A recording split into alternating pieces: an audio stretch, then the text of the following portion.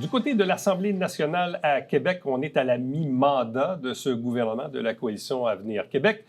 Mi-mandat également pour nos députés, notamment la députée d'Iberville, Audrey Bogmans, qui est avec nous. Bonjour et bienvenue.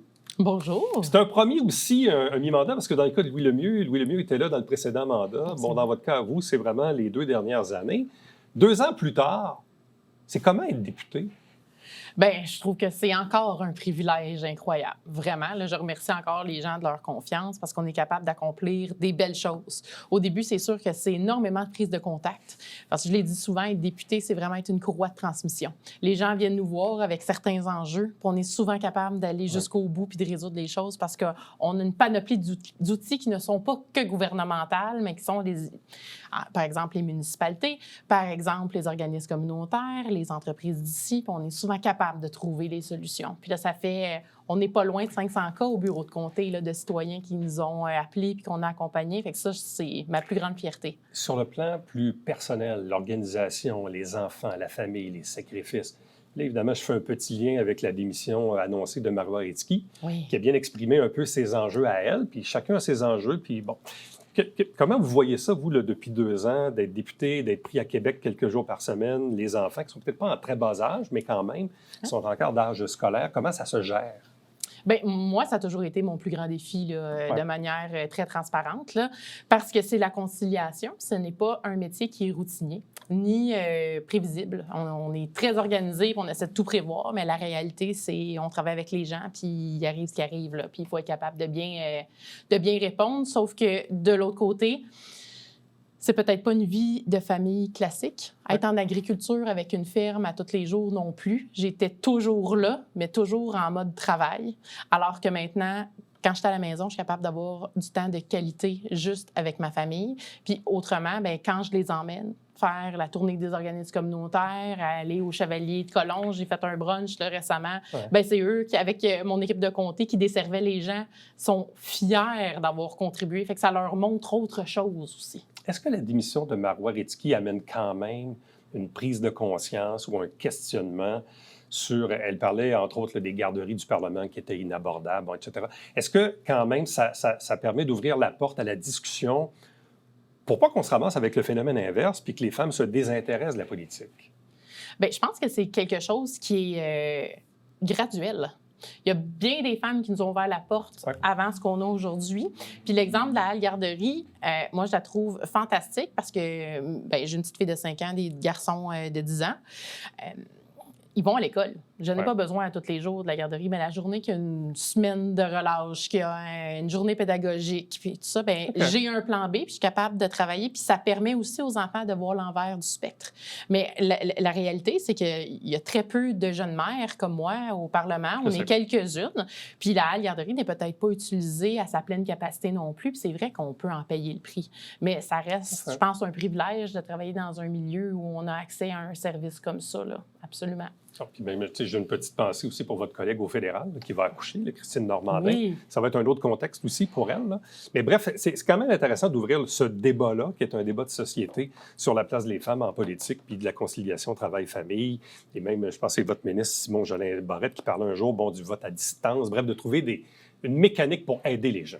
Bien, je pense que ça va être essentiel de faire des marques. Mais tu sais, la Halle Garderie, elle est toute nouvelle, là, d'ailleurs. Là, ça a ouvert avec ce mandat-ci. Puis on est au début d'une grande réflexion. Là. C'est en mouvance. Parce qu'on recule il y a 10 ans, il y en avait juste littéralement très, très, très peu, là, des jeunes mères ou des jeunes pères au Parlement. Puis on en parle peu des jeunes pères, mais ça, il y en a autant. Puis on voit que l'utilisation est partagée là, en ce sens-là. Puis ça prend, en politique, pour être capable de faire une différence puis bien représenter les gens, ça prend vraiment des élus de tout horizon, de tout acabit pour être capable de faire un bon portrait. C'est important d'être capable de répondre à cette question-là, que ce soit la diversité de manière générale, c'est essentiel de s'y pencher et trouver des solutions.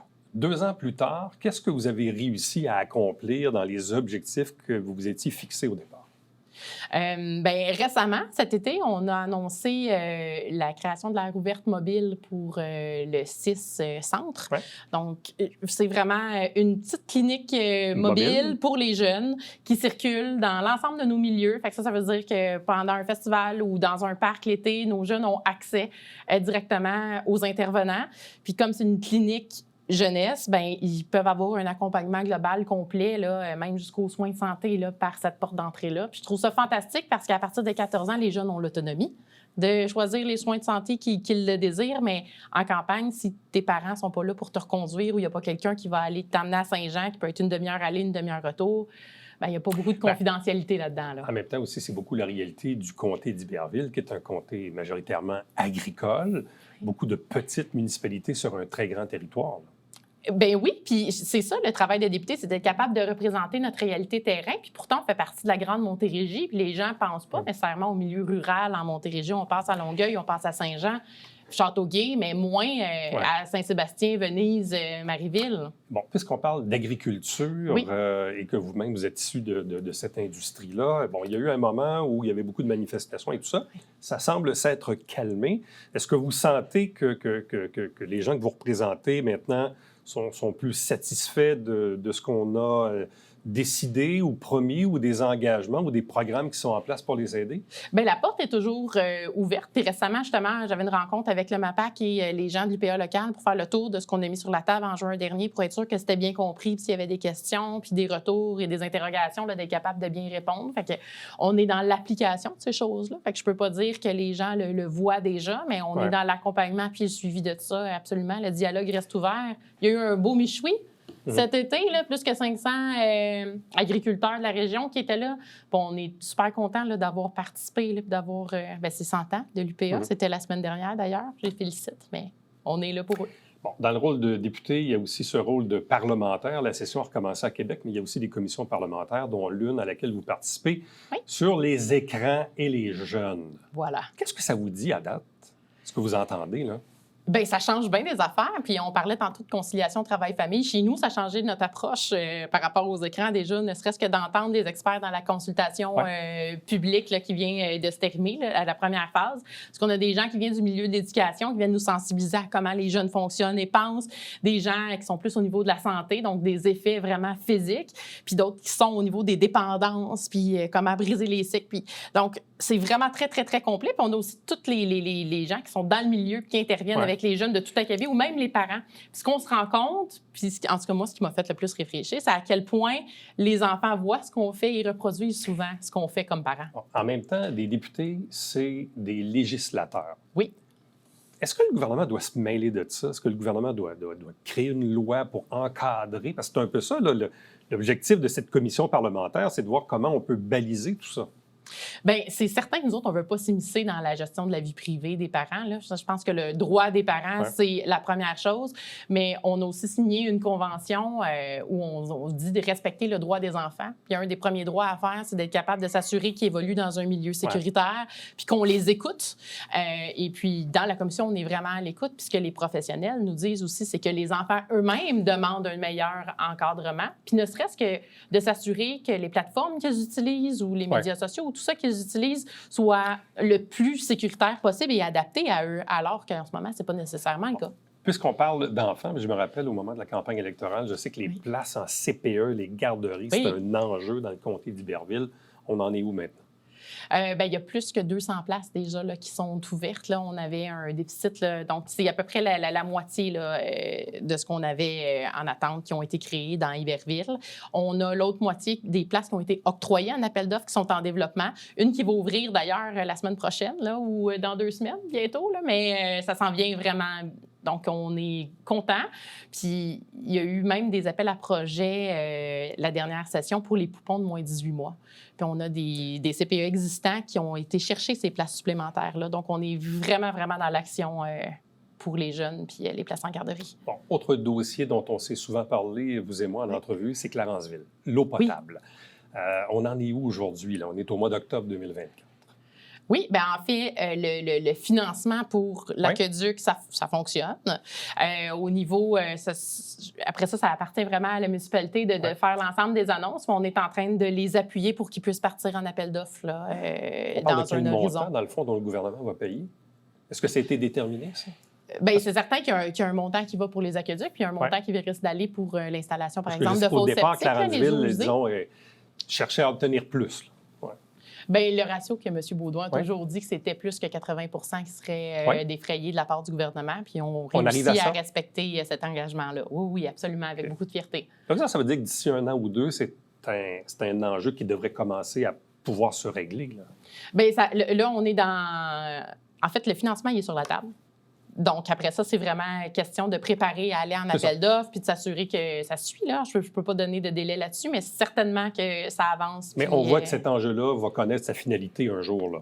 On approche, définitivement. Là. Enfin, définitivement. Bon. Prolongement de la 35, c'est drôle, l'autre fois, j'ai vu sur, je ne sais pas ça venait d'où, mais en me promenant sur mon fil Facebook, il y a des gens qui ont pris des images de drones pour voir un peu l'étendue des travaux avec le fameux pont, parce qu'il y a comme un petit cours d'eau qui passe. Là. Oui, la rivière au Brochet. La rivière au Brochet. Est-ce qu'on a un échéancier plus précis sur l'ouverture du dernier tronçon de la 35?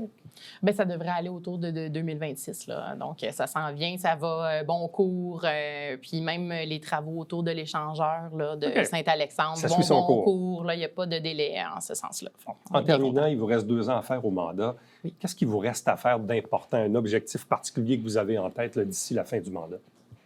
Bien, c'est certain qu'on veut continuer à épauler, que ce soit en service de garde, que ce soit les places en service scolaire aussi, être capable d'arrimer dans les organisations communautaires. On sait que les demandes explosent, d'être capable de travailler ensemble pour vraiment être multiplicateur là, en ce sens-là. Ça, c'est vraiment cher à mon cœur.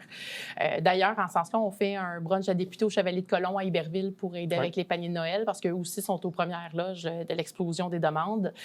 Donc, c'est de continuer dans la même voie, mais je serais vraiment honorée d'être capable de m'assurer que l'ensemble des organismes communautaires continuent de bien se porter dans Iberville. Comment trouvez-vous la joute politique? Parce que là, bon, on est à 2 ans de l'élection. Les sondages sont, disons, ordinaires.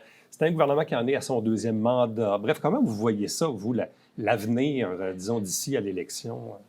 Bien, nous, c'est vraiment d'être directement en relation avec les citoyens. Puis sur le terrain, ça va bien, on a un accueil favorable. Je ne dis pas que tout est rose tout le temps, là, mais vraiment, on a un bel accueil sur le terrain. Puis la même chose avec les municipalités avec qui on travaille beaucoup pour réussir à faire nos projets. Donc, nous autres, on continue dans la même lignée là, au comté à Iberville. Puis c'est certain que les sondages, on a fait des choses qui demandaient du courage politique. On a entendu souvent M. Legault le dire. Puis on est dans cette mouvance-là. Audrey Bogmans, députée d'Iberville, merci beaucoup. Bonne session parlementaire. Merci. Restez avec nous. On vous revient après ceci.